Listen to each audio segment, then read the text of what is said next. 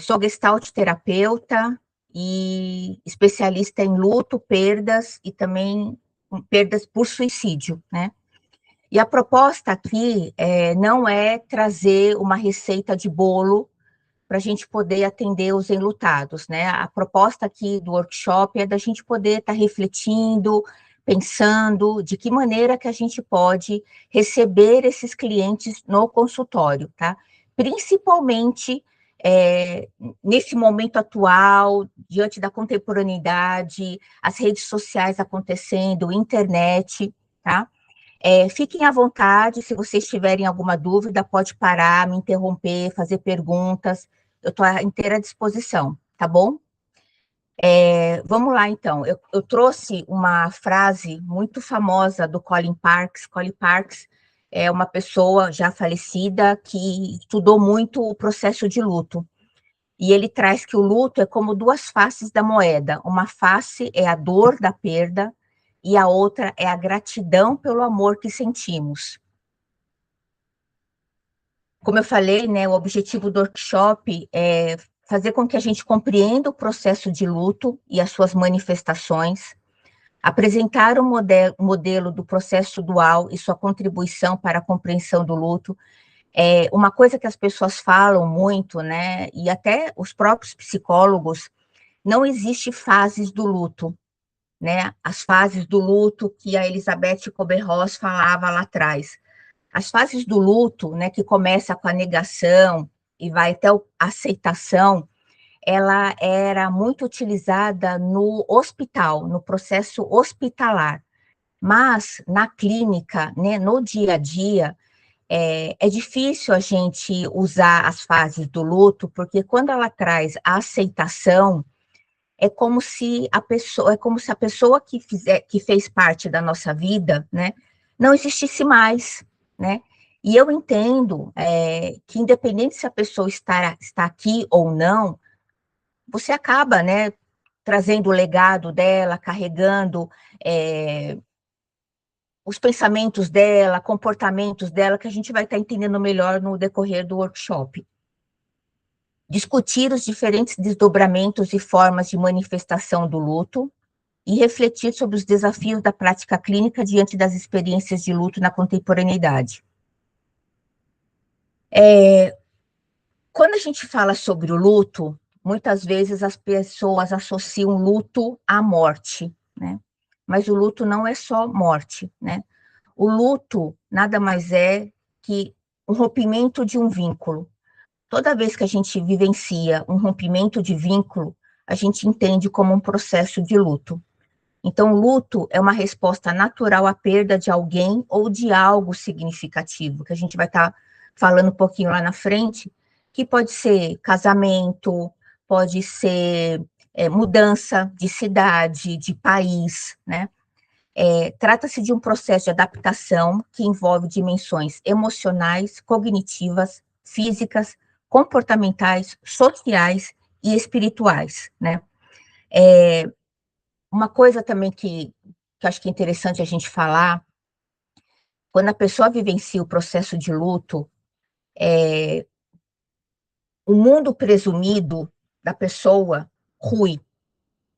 Lembra quando a gente viveu a pandemia, né? A pandemia, ela pegou todo mundo de surpresa. Então, a gente tinha uma vida totalmente estruturada, trabalhando, saindo, tendo vida social, e num dado momento, a pandemia chegou, a gente precisou ficar recluso em casa, e aí a gente falava muito, né, do mundo presumido, aquela coisa que a gente já sabia o que iria acontecer, a gente tinha já uma predisposição. E ruiu, né?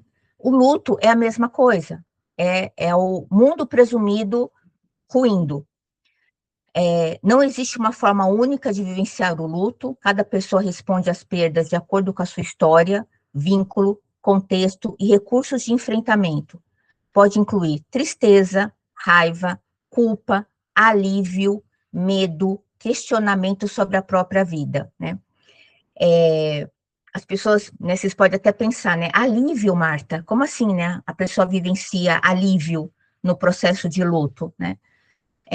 Eu já tive casos no consultório do enlutado chegar trazendo uma fala, né, do ente querido que faleceu, extremamente adoecido, né, em sofrimento agudo, e aí é possível sim o enlutado trazer em um dos sintomas a questão do alívio, né? Obviamente que ele vai trazer tristeza, obviamente que ele vai trazer medo, culpa, mas ele também pode trazer alívio, né? E trabalhar esse sentimento com relação ao enlutado, né? Porque o enlutado muitas vezes ele pode se sentir culpado. Como assim? Eu estou sentindo alívio pela pessoa que eu amo ter morrido, ter falecido, tá?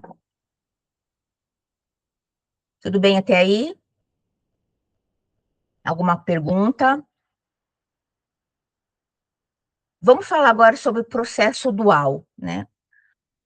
Imagina o luto como um pêndulo. Ora a pessoa vai estar na restauração, ora a pessoa vai estar na dor. Então, para poder exemplificar, né, eu escuto muito no consultório, nossa, Marta, hoje eu consegui sorrir, hoje eu consegui sair com os meus amigos, hoje eu consegui ter uma vida social. Mas na semana seguinte, a pessoa chega no consultório, né, numa tristeza, num sofrimento agudo, né? E eu falo, né, por incrível que pareça, que é um processo saudável de luto, né? Porque o luto, ele traz essa instabilidade. Obviamente que a terapia vai trabalhar para a pessoa estar muito mais na restauração do que na dor, mas vão ter momentos, né? Aniversário, alguma data comemorativa, algum lugar, algum cheiro, alguma música, né? Que vai fazer com que o lutado lembre e ele vai viver um momento de sofrimento, de angústia, de perda, né? De dor. E aí, né, como eu falei, né, a perda que envolve a dor, a saudade, a elaboração da ausência, as mudanças provocadas pela morte, e a restauração, que envolve o enfrentamento das mudanças na vida cotidiana, a reorganização de papéis, o investimento em novas atividades e a construção de novos significados, né? Gente, eu tenho, assim, muitos exemplos, né? Eu acho que, obviamente, que a gente está aqui só psicólogos, né? Então, tem toda uma ética e um sigilo aqui dos casos que eu vou estar trazendo, né? Não sei se vocês viram recentemente, Roberto de Carvalho, que é o marido da Rita Lee, que foi assim, né? Coitado, massacrado essa semana, porque ele apareceu com uma namorada, né? Como pode, né, ele falar que a Rita Lee foi o grande amor da vida dele e agora ele está namorando, né? E sim, né, a gente pode pensar como um trabalho de restauração. Isso não quer dizer que ele deixou de amar a esposa, né? Mas ele está enfrentando as mudanças da vida. E a mudança da vida, ele está sozinho. E tudo bem se ele não conseguir estar só, e tudo bem ele encontrar uma nova companheira, uma nova namorada, né? Conheço viúvos e viúvas que não, né? Que não querem outra pessoa, né? Enfrentam as mudanças da vida, enfrentam, né? Mas sozinha. Então, isso também aparece no consultório, né? Porque pode trazer um sentimento de culpa, né? As pessoas podem achar, como assim ela já está, né, com uma outra pessoa, ele já está com uma outra pessoa, tá? A oscilação entre esses dois processos favorece a adaptação à perda.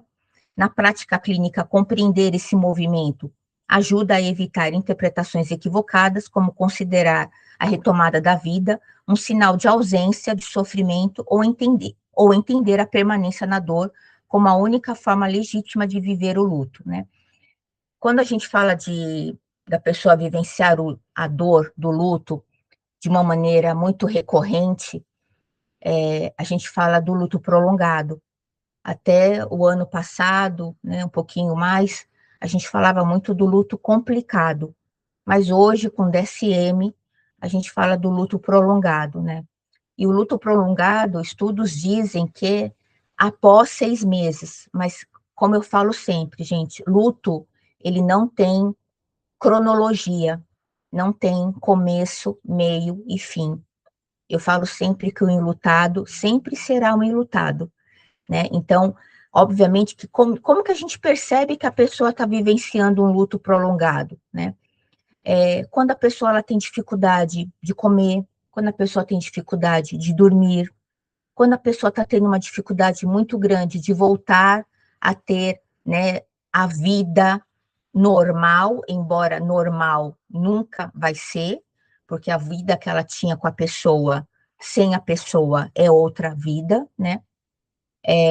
Mas também a gente pode considerar, por mais que não tenha uma cronologia, né, um tempo aí de um ano e meio, onde a pessoa ela ainda está reverberando aquela dor, reverberando aquele luto, né? E aí a gente pode colocar como luto prolongado. O luto, ele não é doença, logo, ele não precisa de medicamento. Mas tem casos que o medicamento ele pode entrar. Quando, Marta? Quando a pessoa já tem comorbidades, né? Imagina uma pessoa depressiva, entra no processo de luto, pode ser que o medicamento tenha que ser alterado, mudado, é, ampliado, algo desse tipo, né?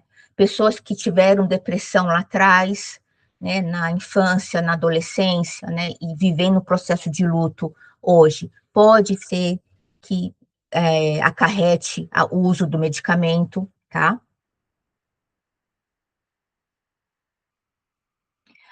É, o luto como resposta de vínculo. A gente traz o John Bowlby e o Colin Parkes. O John Bowlby, ele traz a teoria do apego, né? Por mais que eu seja gestalt terapeuta, a teoria do apego, ela ajuda muito na compreensão do processo de luto, né? E eu entendo que tanto a gestalt como a teoria do apego consegue conversar de uma maneira muito simbiótica, tá? Então, a teoria do apego explica que os vínculos afetivos são essenciais para o desenvolvimento e para o sentimento de segurança, né? Então, na teoria do apego, tem um exemplo assim muito simples que fala que quando a mãe permite que a criança saia para a exploração e ela volte para a segurança, né? Então, é aquela mãe que permite que a criança é, explore a vida, literalmente, né? Não é aquela mãe controladora, aquela mãe que segura, aquela mãe com medo, né? É aquela mãe que fala, pode ir, né? A mamãe está aqui, né? Pode ir, a mamãe está olhando, né? Então, esses vínculos afetivos, né, é muito importante para o desenvolvimento, né? E aí também para o processo de luto. A perda de uma figura de apego desencadeia respostas naturais de protesto, busca de desorganização e reorganização, né? Então, imagina essa mãe, né, sendo essa figura de apego para essa criança, né, e essa mãe acaba falecendo, né? Então, obviamente que vai ter todo um processo aí de reestruturação, porque a criança acabou perdendo a figura de apego dela, né? E aí precisa ter um trabalho mais afinco para ela poder elaborar melhor essa perda, né?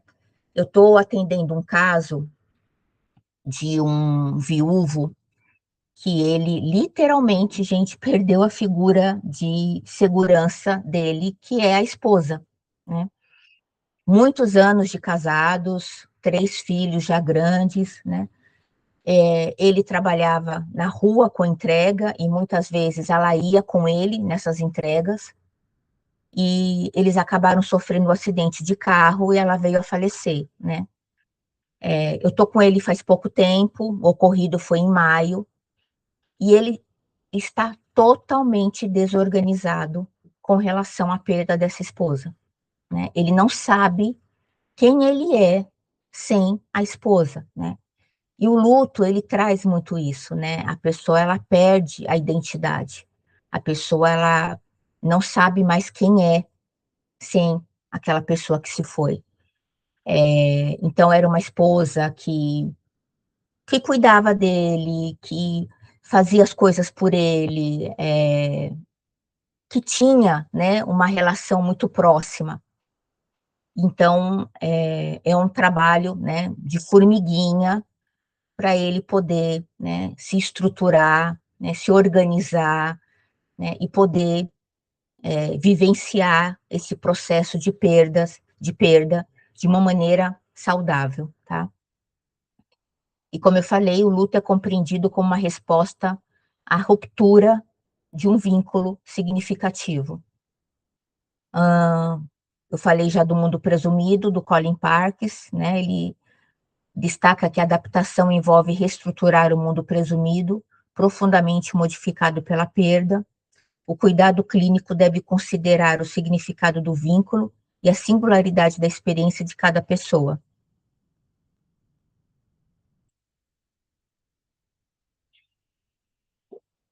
Vamos falar agora sobre os tipos de luto, né. A proposta aqui não é rotular, né, o enlutado que chega no consultório, mas a partir do momento que a gente tem, né, conhecimento desses lutos, obviamente que a compreensão, a orientação, as intervenções vão ser muito mais eficazes, né. Então, o luto por si só é uma resposta natural diante de uma perda. O luto prolongado, como eu falei para vocês, reconhecido pelo DSM-5 e pelo CID-11, caracteriza-se pela persistência do sofrimento intenso e prejuízo significativo no funcionamento após um período esperado de adaptação, né, que foi o que eu falei para vocês com relação a quando afeta, né, o dia a dia da pessoa. O luto antecipatório, vivenciado antes da morte, quando a perda é prevista, como em doenças graves e progressivas, né? Então, imagina uma pessoa em cuidados paliativos, né? Ela está vivendo um luto antecipatório, né? Imagina uma pessoa com uma doença como ela, né? Então, de alguma maneira, ela está vivendo um luto antecipatório, né? Muitas vezes as pessoas perguntam, né, por que que eu comecei a estudar o tema do luto, né? O tema do luto eu comecei a estudar diante do falecimento da minha mãe. E eu falo sempre que estudar o luto foi uma maneira de elaborar o meu próprio luto, né? E durante um ano, mais ou menos, eu vivi um luto antecipatório. A minha mãe, ela teve um câncer muito agressivo no esôfago, e literalmente, né, a gente ficou sabendo em setembro, em dezembro ela veio a falecer. E foi todo um processo, né, de químio, de internação, até que o médico, né, chegou num dado momento e falou que ela iria entrar em cuidados paliativos, e aí foi quando, né, o luto antecipatório, ele se colocou mais presente, e aí depois, né, depois do falecimento dela, obviamente que o luto, porque eu sempre falo, né, uma coisa é ter a pessoinha lá do nosso lado, outra coisa é a pessoa não estar mais do nosso lado, né. O luto ele veio, né, e está presente até hoje, obviamente com muitos estudos, muita terapia, né, então ele está acomodado, mas a gente acaba vivenciando o luto mesmo, né, independente se é um luto antecipatório ou não. O luto não reconhecido, né, que hoje é, é muito importante, gente, o luto não reconhecido, e é uma coisa assim que a gente precisa estar discutindo e falando, né? Então, é quando a pessoa não recebe a validação da perda, né? E aí acaba dificultando tanto, a pessoa não tem apoio e também dificulta essa elaboração, né? Que lutos são esses, Marta? Luto por pet, luto, perda gestacional, a gente pode estar também considerando como luto não reconhecido. perda de amigos, né? Mas esse é o amigo, né? Por que que você tá assim? Por que que você tá sofrendo, né? Perda de amante. Há uns anos atrás, eu recebi uma moça casada, né? Que ela estava vivendo uma relação extraconjugal e, e ninguém sabia dessa relação. A pessoa veio a falecer, né? Então, e foi o momento que ela me procurou para poder ajudá-la, porque foi um luto extremamente silenciado, né? Silencioso. Ela não tinha com quem dividir essa, essa perda, e isso estava trazendo um sofrimento enorme, porque, principalmente nesse caso, né, eles tinham planos, né, eles tinham expectativas, eles tinham, né, projetos de vida, né, e quando a morte vem, como eu falei, né, tudo isso se perde, e a pessoa acaba ficando muito desorganizada, né. E tem outros, né, quando a pessoa muda de país, a gente considera como um luto não reconhecido, mas o luto por pet, hoje, né, é algo que está muito presente, porque a gente percebe hoje, né, no mundo atual, as famílias elas estão menores. Hoje tem casais que preferem ter um animalzinho do que um filho, e a partir daí, né, trata o animalzinho como se fosse um filho, né? E quando esse animalzinho morre, a pessoa desorganiza, né? E, gente, e muitas pessoas procuram terapia por causa do luto de pet, né? Porque a pessoa, de fato, ela chega totalmente desorganizada na sessão, porque era aquele companheiro, levava para passear, tinha horário para comer, comia junto com o dono, né? Então, tudo isso acaba sendo muito mobilizador para o enlutado. O luto adiado, as reações do luto são temporariamente adiadas, geralmente em função de circunstâncias que impedem o contato imediato com a perda, né? Eu vejo esses casos de luto adiado muito com pessoas workaholic, aquelas pessoas que gostam de trabalhar. Então, muitas vezes ela engole o luto, né? Deixa o luto um pouquinho em stand-by para poder estar fazendo o dia a dia. E eu sempre falo que um dia a conta vai chegar para poder estar fazendo com que essa pessoa olhe a perda, né? Olhe o momento atual. Reconhecer essas diferentes manifestações é essencial para evitar intervenções baseadas em expectativas normativas sobre como uma pessoa deveria viver o luto. E aí eu trouxe, né, a perda ambígua, que pouco se fala, né, da perda ambígua, né? O que seria a perda ambígua? Ocorre quando não há clareza sobre a presença ou ausência da pessoa, dificultando a elaboração da perda e o processo de adaptação, né? A perda ambígua, a gente pode pensar no Alzheimer, a pessoa tem momentos que ela está ali presente e tem momentos que ela não está presente, né? Então, vive essa ambivalência de sentimentos, né? Um outro exemplo de perda ambígua é desaparecimento de pessoas, né? A pessoa desapareceu, mas o corpo, né, não foi encontrado. Então, a gente não sabe se essa pessoa continua viva ou não, né? Tem um documentário muito interessante na Disney sobre a irmã do Victor Belfort, que traz muito isso, né? Eles vivem esse luto ambíguo até hoje. A menina está desaparecida já há muitos anos e ninguém sabe aonde, né, se ela está viva ou se ela está morta, tá? Eu queria ouvir um pouquinho de vocês, se vocês têm aí algum exemplo, algum caso, né, de algum desses lutos aqui que eu nomeei.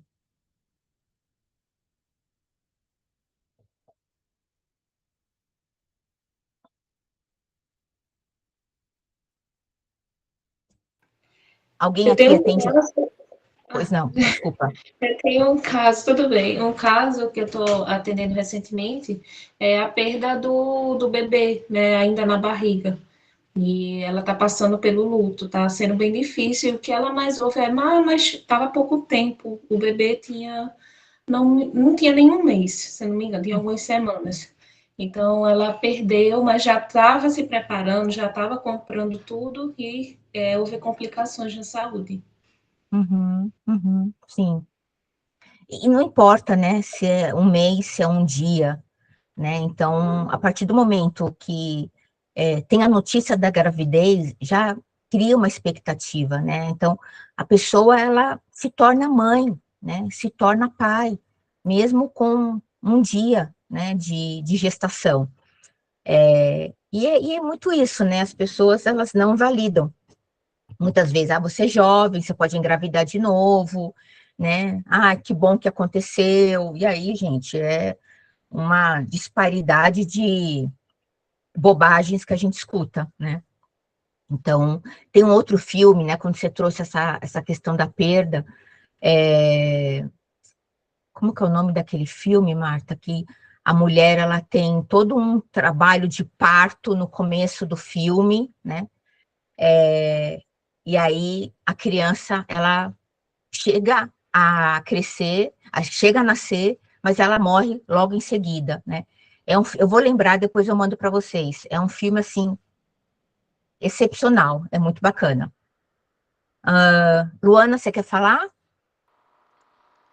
Eu atendo uma moça que a mãe dela tem câncer e ela passa por todo esse sofrimento, né? Aparece muita questão da sobrecarga, porque ela é a cuidadora principal ali. O pai também, se eu não me engano, faz. Nossa, eu esqueci, que faz hemodiálise, sabe? Aham, aham. Tem problema no Mas rim, né? isso, mas é uma coisa mais estável, mas ela é sobrecarregada tanto com a mãe, tanto com o pai, e vem muito, né, esse luto antecipatório, ela de ter que ficar ali em cima, né, da mãe, com os cuidados, é bastante complicado, assim, e ela faz quinzenal, né, não é Hum, semanal. uhum. Isso também é complicado, né? A pessoa fazer atendimento quinzenal, né? Porque, querendo ou não, né, tem um rompimento do processo aí. É muito importante que a pessoa, ela venha regularmente para você ter notícias dela, né? Para saber como que ela tá, como que ela vem vivenciando tudo isso. Então, quando tem essa ruptura, o nosso trabalho ele fica muito mais complicado, muito mais difícil, né? É bem difícil. Uhum. Cal, você quer falar? Oi, boa tarde, Marta. Boa tarde. Eu atendo uma paciente já umas 8 sessões já, e ela o pai dela faleceu quando ela tinha uns 12 anos de idade, hoje ela tem 28, né? Então, até hoje ela sofre com isso. E aí, conversando com ela, né, investigando tudo, é a primeira vez que ela está fazendo terapia, e assim, ela nunca teve oportunidade de falar sobre isso com ninguém, nem com a mãe dela. Então, a mãe dela, Uhum. inclusive, na época, ela se sentia responsável em ter que cuidar da mãe dela, bem na fase da adolescência ainda, né? E Uhum. assim, é bem, assim, é bem complicado, porque assim, além dela lidar com essa questão da mãe dela, ela não pode falar, é um assunto tabu hoje, até hoje em dia, tirar, Uhum. é um assunto tabu, assim, né, para ela falar até hoje em dia, então assim, tá sendo bem difícil para ela falar ainda, né, mas assim, mas eu já percebo que teve, né, nas últimas sessões ela tá um pouquinho melhor, assim, para falar sobre isso, né. Mas é Uhum. todo um trabalho que tem que fazer, é muito complexo, assim, né, e depois recentemente faleceu o avô também. E ela nunca foi, sempre foi impedida de falar sobre isso, porque o pessoal tem um certo tabu, né, de falar sobre morte, sobre essas questões, né. É, Fingir que está bem o tempo inteiro, esse tipo sim. de coisa assim. Uhum. O que eu falo sempre, sabe? Falar de morte é pensar na vida, né?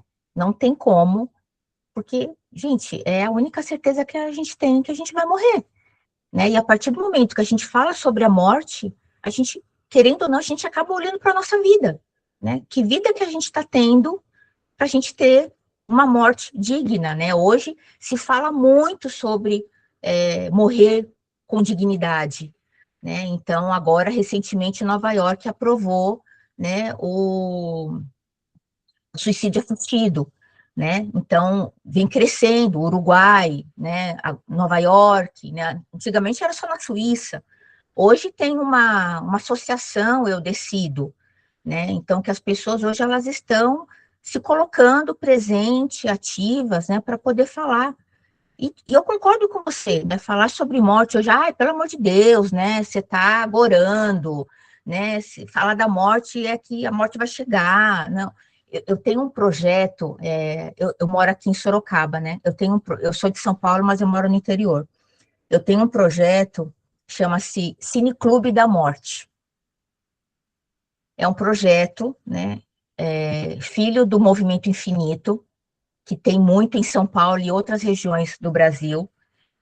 Já chegou pessoas para mim e fala assim, Marta, se você mudar o nome, eu vou. Qual que é a proposta, né, do projeto?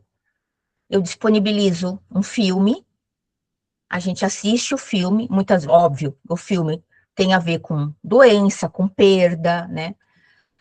E depois do filme a gente abre para poder estar discutindo, né? Eu, particularmente, eu acho isso bacanérrimo, riquíssimo, né? Mas Cine Clube da Morte.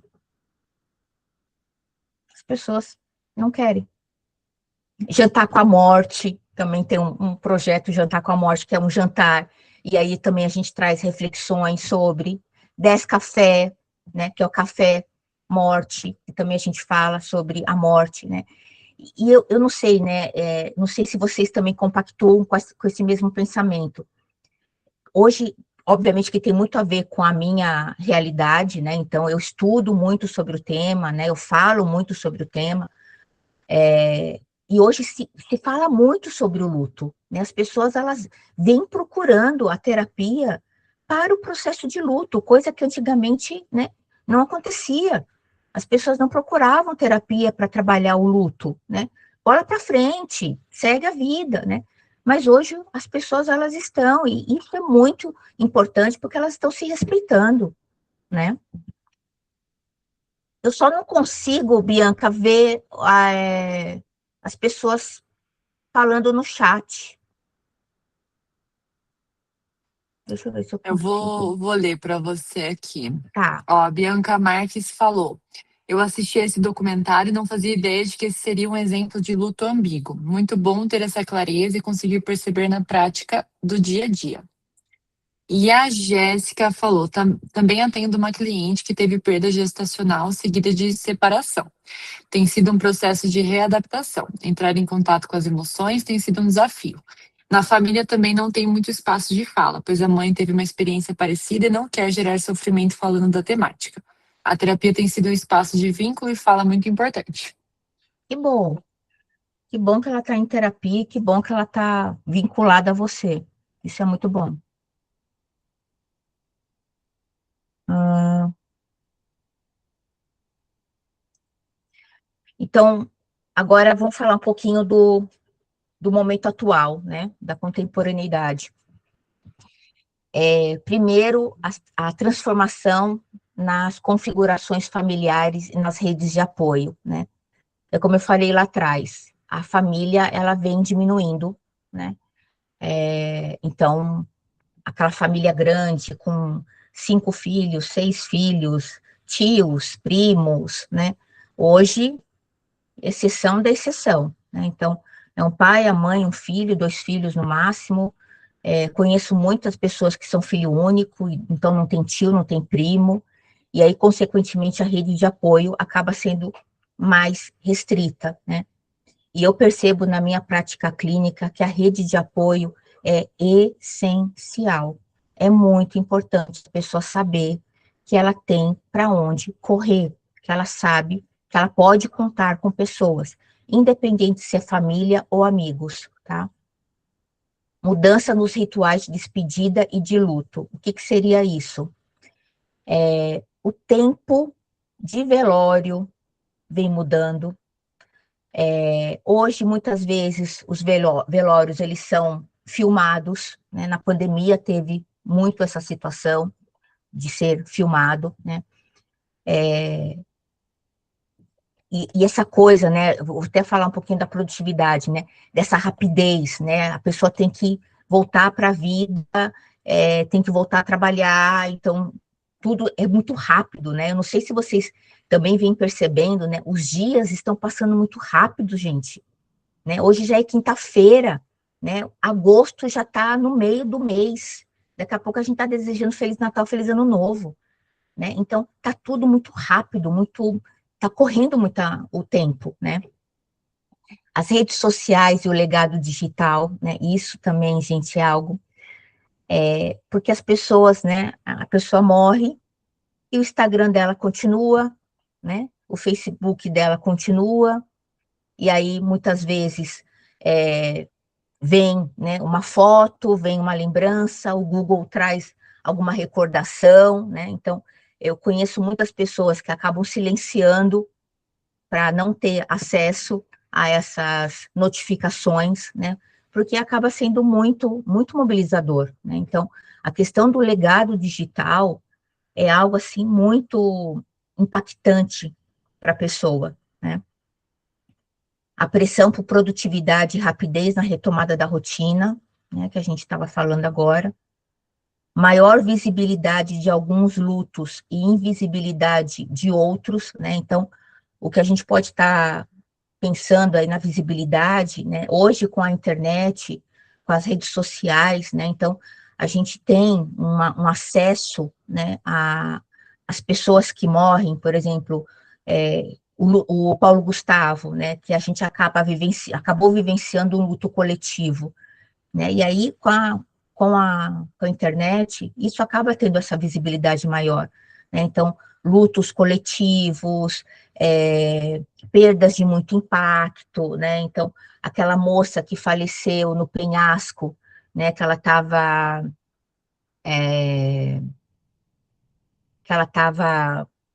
oh meu Deus, vocês sabem o que eu quero falar.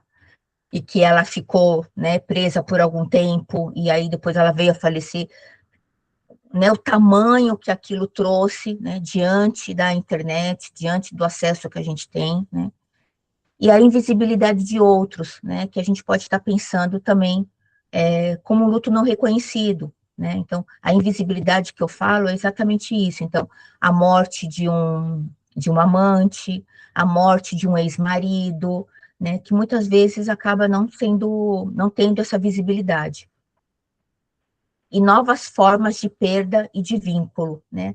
Porque as perdas, elas vêm acontecendo, como eu falei, do pet, né? O vínculo também vem acontecendo, né? Então, relações homoafetivas, né? Também tem uma situação, né?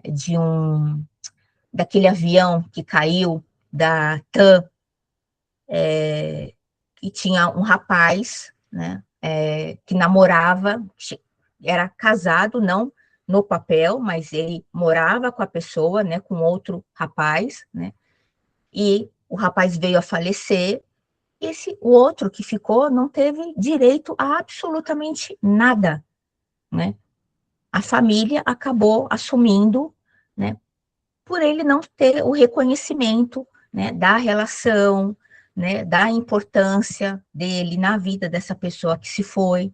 Então, isso acaba trazendo também o que a gente está vivendo hoje no mundo atual, tá?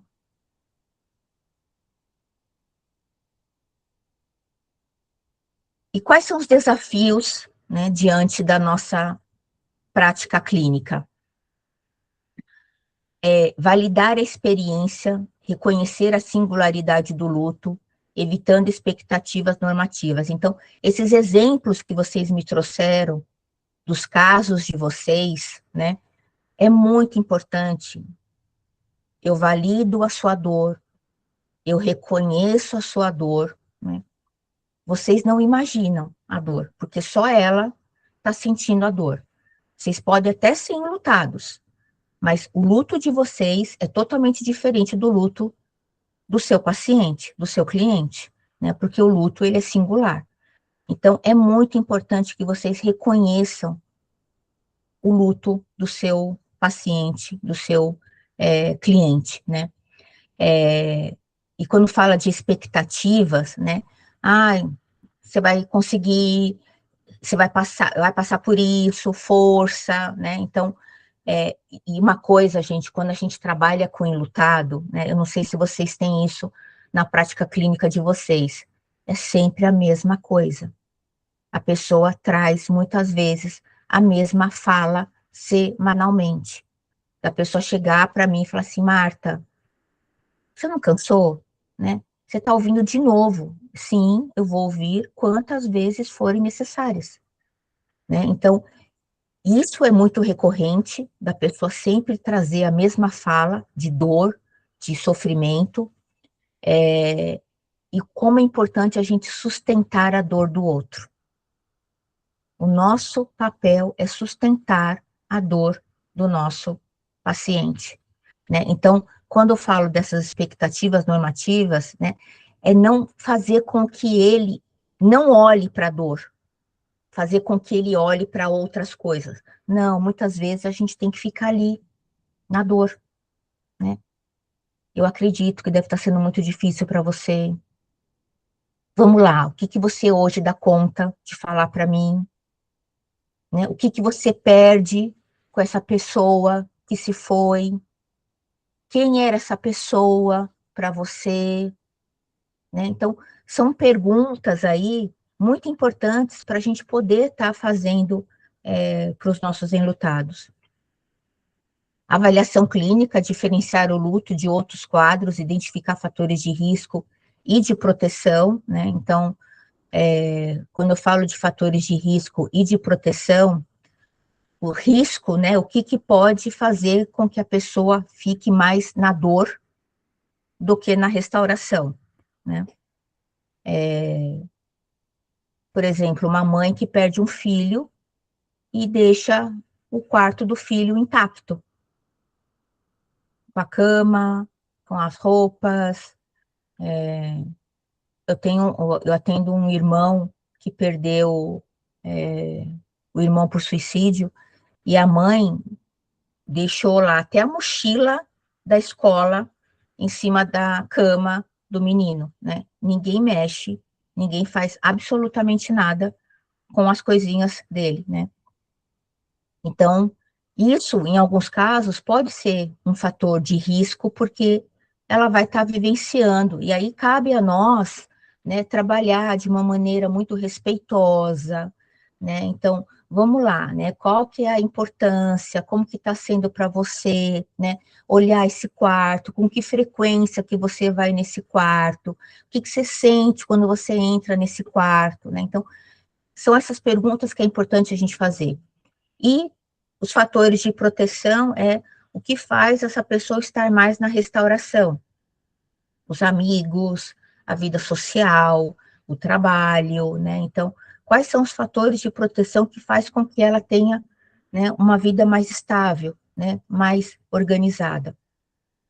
A construção de significados, favorecer a integração da perda, a história da vida, né? Então, a gente fala muito isso, né, que é os significados contínuos, né, encontrar novos significados.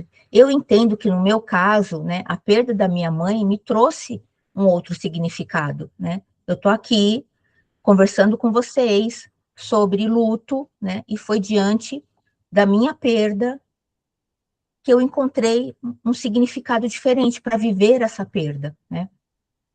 E aí a gente pode encontrar também outros significados. Então, eu conheço muitas mães, né, que perderam filho, principalmente perda gestacional, e criaram ONG, né? Então, tem ONG, aqui em Sorocaba tem a ONG Girassol, de uma mãe que perdeu um filho, né, e acabou, né, abrindo uma ONG para poder ajudar outras mães enlutadas.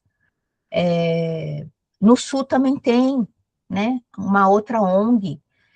Agora, semana passada, eu tive num congresso de suicídio, e tem também uma ONG em São Paulo, diante de uma perda da filha por suicídio, ela, né, tanto o pai como a mãe, criaram, né, uma instituição, um instituto, para poder ajudar pais enlutados por suicídio, né? Então, é encontrar esse significado, e muitas vezes cabe a nós também ajudar os nossos pacientes a encontrar esses novos significados.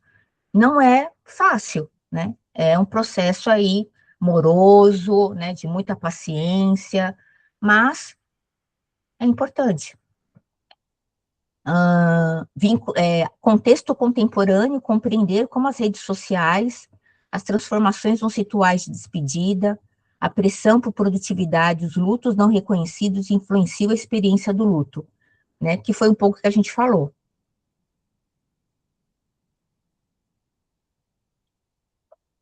Alguém quer falar alguma coisa sobre esses desafios, né?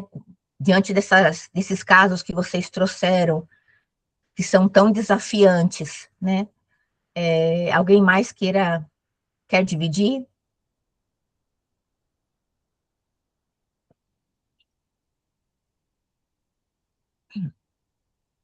Ou escrever aqui no chat?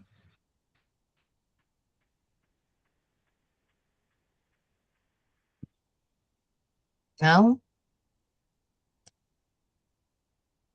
Então, seguimos. O manejo clínico, que é o que eu falei para vocês, né? Eu acabo me empolgando, né? E acabo passando antes dos slides. A escuta qualificada, né? A escuta ativa, que a gente fala, e a validação do sofrimento, né? Compreender a história do vínculo e do significado da perda. Então, por isso que eu falei para vocês, né? Quem é essa pessoa na sua vida? Quem foi essa pessoa na sua vida? Qual a importância dessa pessoa na sua vida? Me conta um pouco dessa relação, né? O que você perde diante dessa perda? Entender, né? Como que foi essa perda? Como que você ficou sabendo da perda? A questão do ritual, se ela participou, se ela não participou, se era algo que ela gostaria de falar para essa pessoa que morreu, que perdeu. Então, tudo isso é muito importante, né? Alguns anos atrás,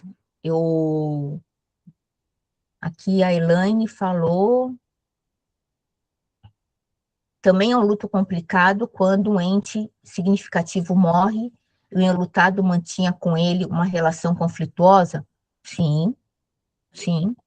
Dependendo do vínculo, né? Dependendo da relação com quem era essa pessoa, né? Por mais que ela tinha uma situação conflituosa, então mãe, filho, pai, filho, irmãos, né? Pode trazer complicação, sim, no processo de luto, né? Porque é uma relação que não foi elaborada, que não foi falada, que não foi discutida, né? E aí, muitas vezes, eu acabo utilizando, né, o recurso da cadeira vazia, da Gestalt terapia, né? Vamos imaginar o ente querido aqui, né? O que você poderia falar? Mas também, gente, isso é depois de muita terapia, depois de muita conversa, porque acaba sendo extremamente mobilizador, né? Um outro recurso que você também pode disponibilizar, Elaine, é uma carta de despedida, né? Então, a pessoa colocar no papel tudo que ela gostaria de falar, então, pedir desculpas, se for o caso, e aí é uma maneira também dela elaborar essa perda, e aí vai precisar de muito de tempo, de terapia, tá?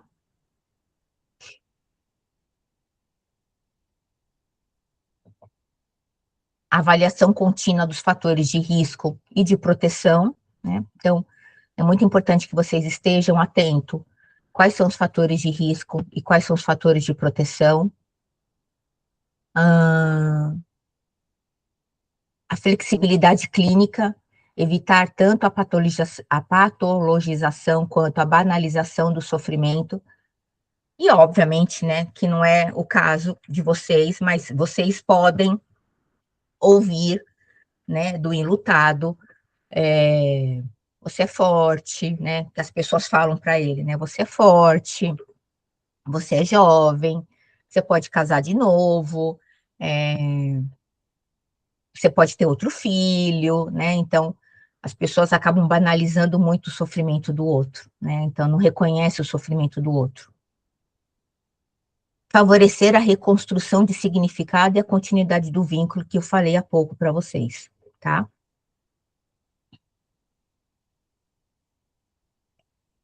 Oh, caramba. E é isso, gente. Eu trouxe aqui as referências para vocês poderem dar uma olhada, pesquisar. Eu trouxe aí uma fala da Chimamanda. Não sabemos como será o nosso luto até o nosso luto acontecer. Eu acho essa frase excepcional. Acho muito bacana. Aí tá meu e-mail, meu Instagram, meu contato. Eu fico à inteira disposição de vocês.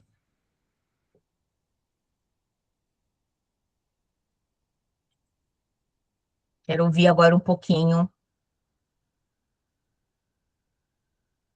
Deixa eu parar de compartilhar aqui.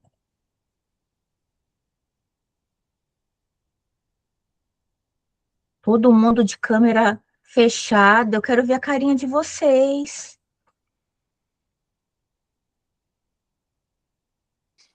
O Cal A eu gente pode até conheço fazer uma já. foto, inclusive, Vamos, a né? Vivian.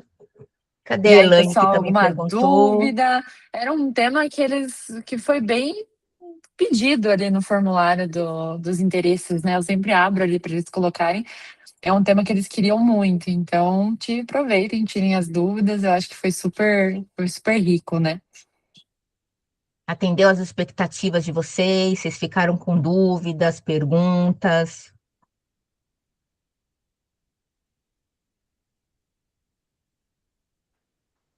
Eu acho que quando não tem dúvidas é porque foi muito bom. Não é? Caso tenham também, eles conseguem ali, né, te procurar, contatar você diretamente ou até mandar para mim e a gente faz essa ponte. Eu estou à inteira disposição, gente. Foi um prazer enorme. Vamos tirar foto, Bianca? Vamos tirar, vou tirar. Vamos lá. Todo mundo sorriso. Mais uma. Aê! Obrigada mais uma vez, Marta. Espero Eu te que ver agradeço. novamente. Ainda mais sendo aqui da minha cidade também. Sim, Né? sim. A gente vai pensando em mais coisas por aí. Espero que vocês tenham gostado, pessoal, e até a próxima. Obrigada, gente. Beijo.